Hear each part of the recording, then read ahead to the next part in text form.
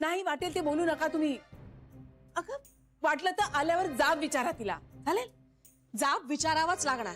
आपल्या घरात आपल्यापैकी असं कसं कुणी वागू शकतं? आईंना हे सगळं कळलं तर काय होईल याची कल्पनाच करवत नाही. कळलं तर इंदू वहिनी तिला कळायची वाट बघणार आहोत का आपण?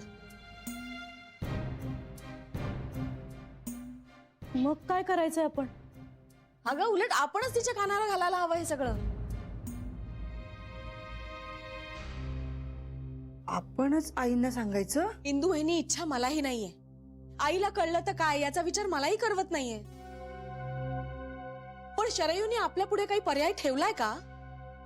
बापरे, सगळं अवघड होऊन बसलंय. समजा समजा आपली शंका खरी ठरली आणि शरयू परत घरी आलीच नाही तर? उद्या काहीतरी वेगळंच कानावर आलं तर?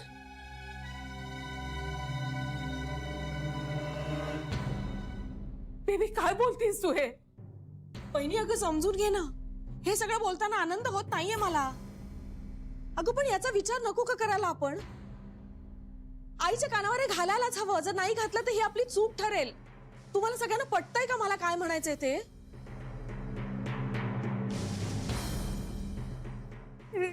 हे काय होऊन बसलंय?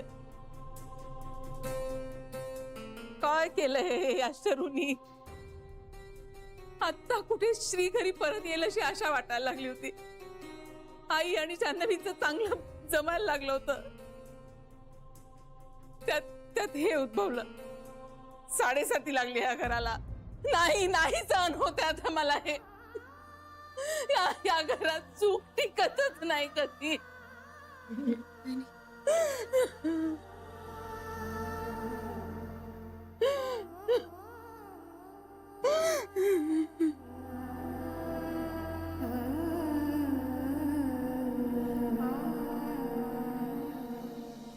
हे घे पाणी.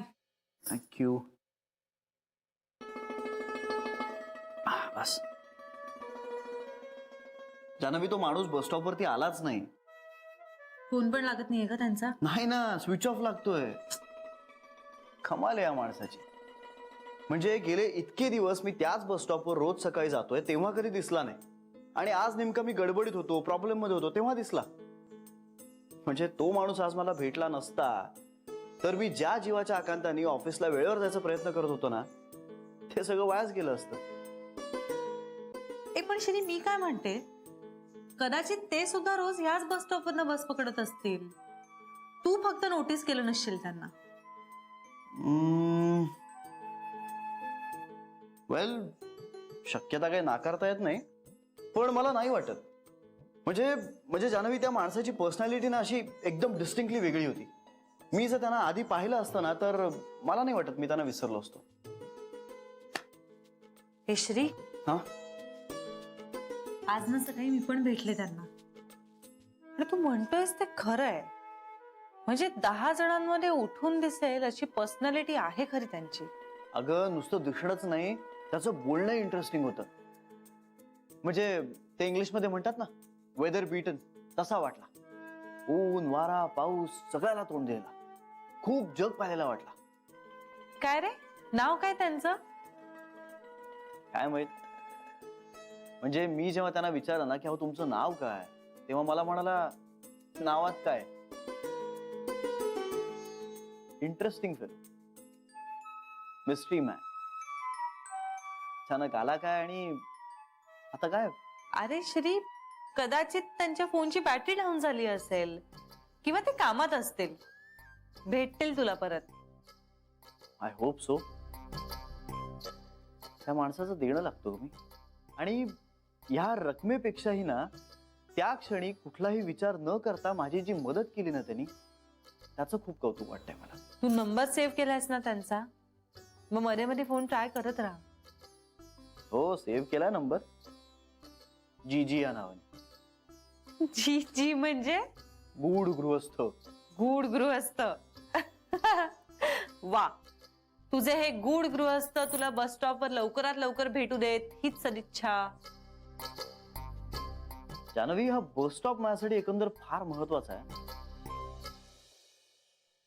म्हणजे तो मिस्ट्री मॅन तुझ्या इतका महत्वाचा नाहीये, पण एकंदरच म्हणजे मला भेटलेली सगळी इंटरेस्टिंग माणसं ही बस स्टॉपवरच भेटलीत. श्री, तो तर तू सध्या सर्वसामान्य माणसांसारखा बस स्टॉपवर आणि रस्त्यावर असतोस म्हणून. आमच्यासारख्या रोज बसमधून फिरणाऱ्यांना विचार, अशी इंटरेस्टिंग कॅरेक्टर सतत भेटत असतात आम्हाला. हो, पटलंय मला. पण जान्हवी, माझ्याही इतक्या वर्षांच्या अनुभवातनं मी एक गोष्ट शिकलो, ती म्हणजे माणसं ओळखणं. आपल्या कंपनीतही मी जेव्हा नवीन माणसांची रिक्रुटमेंट करतो ना, तेव्हा त्यांच्याबद्दलचेही अंदाज माझे सहसा चुकत नाही. या मिस्ट्री मॅन बाबतीतही मला तसंच वाटतंय. हा माणूस वेगळा आहे, खूप हुशार आहे. गुड. ते बरं, चल मी निघते आता. का ग, आज लवकर जायचं? अरे हो, आईंचं काहीतरी काम आहे म्हणून म्हटलं लवकर जाते घरी. चल, मी तुला सोडतो. ए नको, नाही म्हणजे तू सोडणार म्हणजे आपण बसने जाणार, बसने जाणार म्हणजे आपल्याला उशीर होणार. त्यापेक्षा मी गाडीने जाते ना, लवकर जाईन प्लीज. ओके, जा. पण घरी पोचलीस की नक्की कळव. कळवते. ए बरं, तुझ्या जेवणाचं काय वाढू का पटकन? नाही ग, मी नंतर सावकाश वाढून घेईन. निघतो. ठीक आहे, चल आवरून घेते आणि झाकून ठेवते सगळं. हो. हा, आलेच.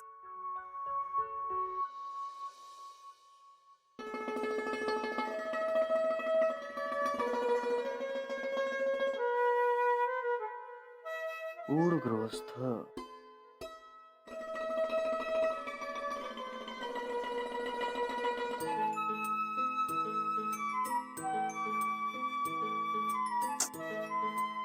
कमाल आहे.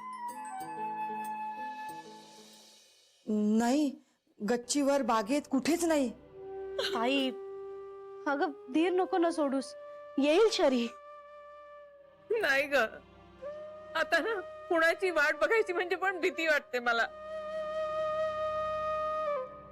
अशा वेळी वाटतं आपण सगळ्या एकत्र असतो, सतत एकमेकींशी बोलत असतो, तरी किती कमी ओळखतो ना एकमेकींना.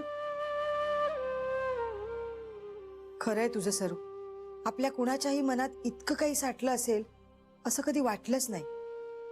असं वाटायचं तेव्हा डोळ्यातनं पाणी आलं की त्या पाण्याबरोबर सगळं दुःख निघून जातं आणि आपण पुन्हा पूर्वीसारखे वागायला लागतो. हो ना, शरीर सुद्धा हसणं खिदळणं वरवरचं आहे असं वाटलं नव्हतं कधी. म्हणजे आई समोर कधी काही बोलली नाही ती. मला वाटतं आईच्या धाकापायीच. पण तिच्या मनात आईविषयी अडी असेल असं नव्हतं वाटलं मला. शरयू आता आई याच्या आधी घरी आली म्हणजे मिळवलं.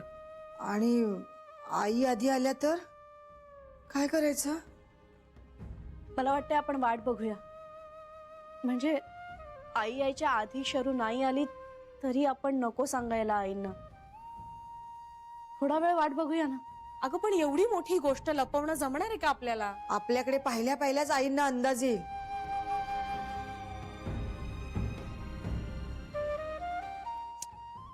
वहिनी, आता तू रडू नकोस ग. आता शरयू डोळ्याला दिसेपर्यंत श्वास अडकलेला राहील माझा. आपण शरयूची खोली आवरून ठेवूया का? त्याने काय होईल? नाही म्हणजे त्याने काही होणार नाही, पण निदान सगळं ठीक आहे असं तरी दाखवता येईल. कशावरही पांघरून घालण्याची वेळ नाहीये बेबी. आपण खूपशा गोष्टी गृहीत धरतोय ग. सरू, समोर जे दिसतंय त्यावरूनच आपण अंदाज बांधतोय ना. एकतर सहज ती अशी कुठे बाहेर जात नाही. म्हणजे आपण सगळ्याच कारणाशिवाय घराबाहेर पडत नाही. आणि शरयूला जर बाहेर जायचंच होतं तर तिने सांगितलं असतं ना. असा देखावा निर्माण करून कशाला बाहेर जायचं? हो, हा देखावा मलाही विचित्रच वाटतोय. जान्हवी आता घरी असायला हवी होती. हो ना, आता ती असती तर तिने काहीतरी सुचवलं असतं. मी जान्हवीला फोन करते. ती आता इथे असणं गरजेचं आहे. अगं ती येतच असेल, इतक्यातच येईल. हो बाई, ती आली ना घरी की जीवात जीव येईल जरा. डोकं नुसताना बधीर झालंय. म्हणजे जान्हवीच यातून काहीतरी सारासार विचार करू शकेल. हो, आणि आईशी सुद्धा बोलू शकेल. आणि शरूशी सुद्धा. हा, आपण सांगूया जान्हवीला, शरूशी बोल बाई. पण शरयू येईल ना ग?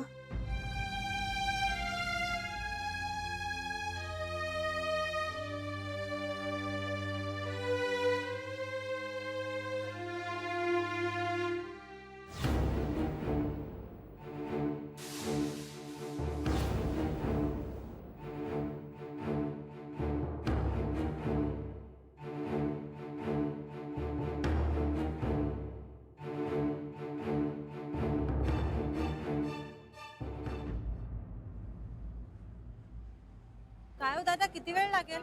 5 मिनिटं लागतील मॅडम. काही मेजर प्रॉब्लेम झालाय का? नाही नाही, लगेच होऊन जाईल. बरं.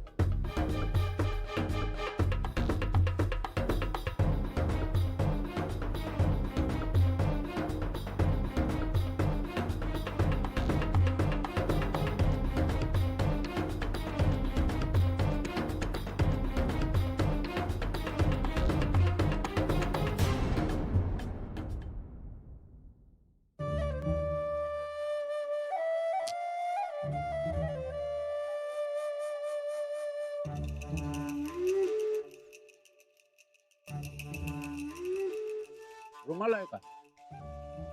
हो का? द्या जरा.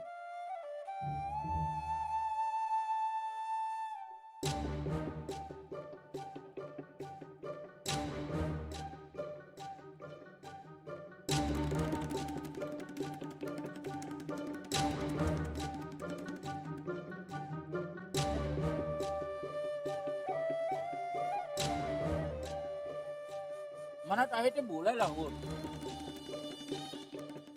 नाही ठीक आहे, रुमालच आहे, फार काही मोठी गोष्ट नाहीये. राहू दे तुमच्याकडे. रुमाल रुमालाचं नाही, रुमालाची काय फॅक्टरी काढू हो. तुमच्या भावजींची तुमच्या मनात आहे ते बोलायला हवं होतं असं म्हणतोय मी. हो बोललो मी, पण भाऊजी आपलं बिझनेस प्रपोजल ऐकून घेण्याच्या मनस्थितीतच नव्हते. वायफळ बडबड केली असणार तुम्ही, कन्व्हिन्स करायला नसेल जमलं तुम्हाला. आपटे मी काय म्हणतो, म्हणजे मी एकट्यानेच बिझनेस केला तर, म्हणजे तशी भाऊजींची इच्छा नाहीच आहे, तर त्यांना आग्रह कसा करणार? आग्रह नाही, त्यांना पटवून द्या असं म्हणतोय मी. पटवून द्या. काय लोक त्यांना ओळखतात, तुम्हाला अजून कोणी ओळखत नाही ना. आणि अशा माणसाबरोबर कोणी पटकन पैसे लावायला तयार होणार नाही ना.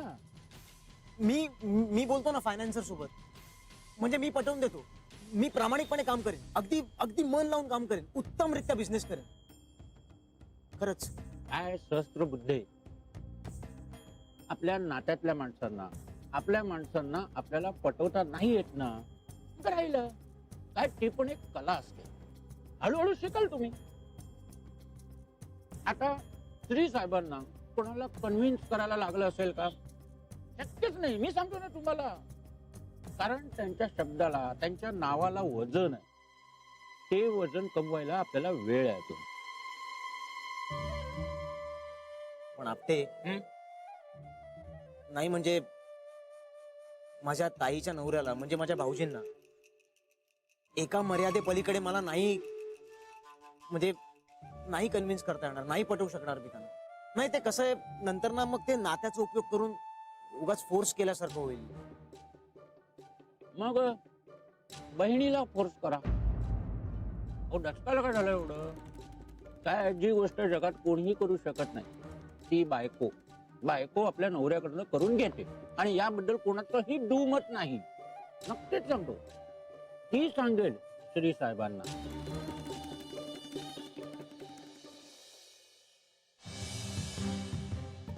आई तू? मी ऑफिस मधून 10 मिनिटापूर्वीच आले, पण घरात तुम्ही कुठे दिसला नाही. आई तुम्ही आलेलं कळलंच नाही आम्हाला. मी आले तेव्हा घरात कोणीच नव्हतं.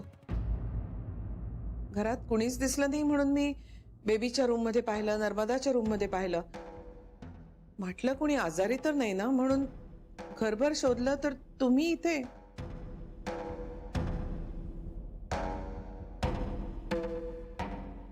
इथं काय करताय तुम्ही?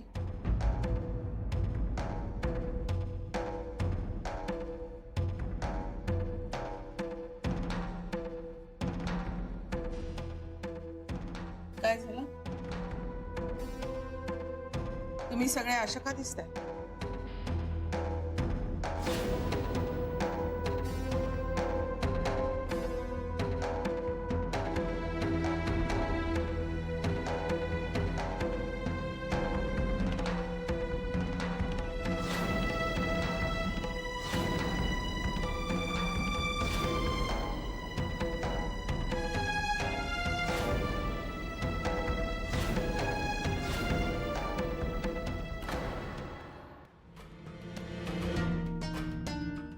आणि शरयू कुठे आहे?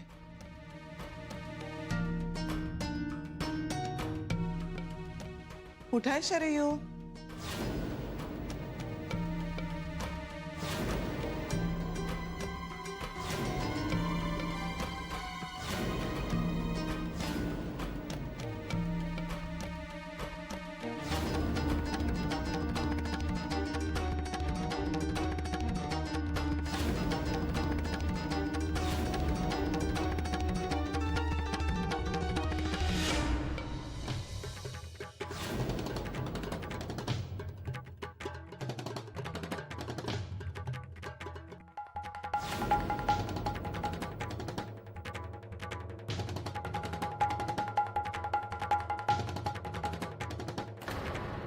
आपण ताईला उगाच काय यात ओढायचं? काय आपला नवरा बेकार घरी बसलेला कोणत्या बायकोला आवडणार आहे? कोणालाच नाही हो. कोकले गृहउद्योग मधून बाहेर पडल्यानंतर काही काळ बेकारच असणार ते नक्कीच. अहो हीच संधी आहे, आता तिच्या कानावरती घाला. आणि काय तुम्ही बिझनेसचा प्रपोजलच देताय ना, पत्ते खेळायला तर नाही ना बोलवत? नाही, तुम्ही म्हणताय ते बरोबर आहे, ते मला पटतंय, पण पण ताईला आपण नको ना या सगळ्यात अडकवूया प्लीज. राहिलं नवरा बायकोमध्ये आपण न पडलेलं बरं. हा बरं, पण आपल्या भावाचं भलं व्हावं असं तरी तिला वाटतच असणार ना. नक्कीच. माझ्या ताईने दरवेळी माझ्या भल्याचाच विचार केला. मग तिलाच सांगा ना, आपल्या लाडक्या भावाकरता एवढंही नाही करणार ती. आपल्याला श्री साहेबांचं नाव मिळालं ना तरी चालेल, बाकी सगळं आपण बघू. करा करा विचार करा. आणि माझं नाव सांगू नका, नाहीतर स्वतःच्या पायावर कुऱ्हाड मारून घ्याल आणि मला नदीत ढकलाल. का? विश्वास काय, हा सगळा व्यवहार विश्वासावरच चालतो ना.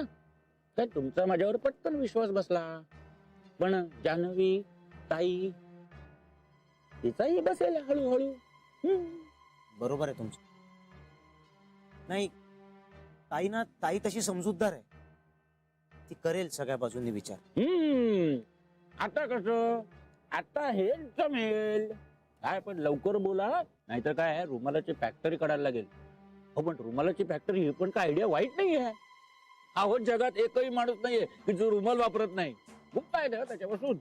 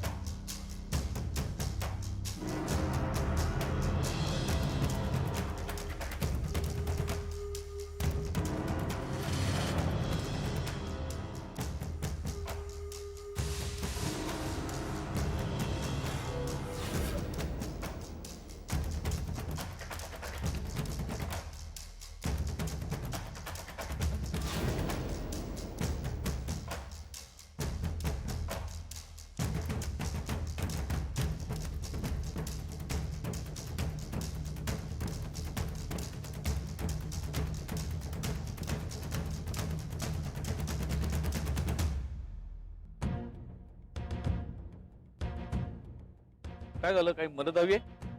नाही साहेब, गाडी गॅरेज मध्ये न्यावी लागेल. हो, गॅरेज आहे जवळ, पण आता ते बंद झालं असेल, उशीर झाला. हो का? काय प्रॉब्लेम झालाय बघू का? नाही होणार साहेब स्टार्ट गाडी. बघतोय, बघू. ठीक आहे, जरा पकडा. खाऊ नका. नाही साहेब. झाला एवढा छोटा प्रॉब्लेम होता. गाडी स्टार्ट होणार म्हणजे होणार. कसं शक्य आहे साहेब? बघा स्टार्ट करून गाडी घरापर्यंत जाणार. मी सांगतो ना, द्या. ठीक आहे साहेब, तरी बघतो. बघा बघा होणार, मी सांगतो ना. करा, बंद करा.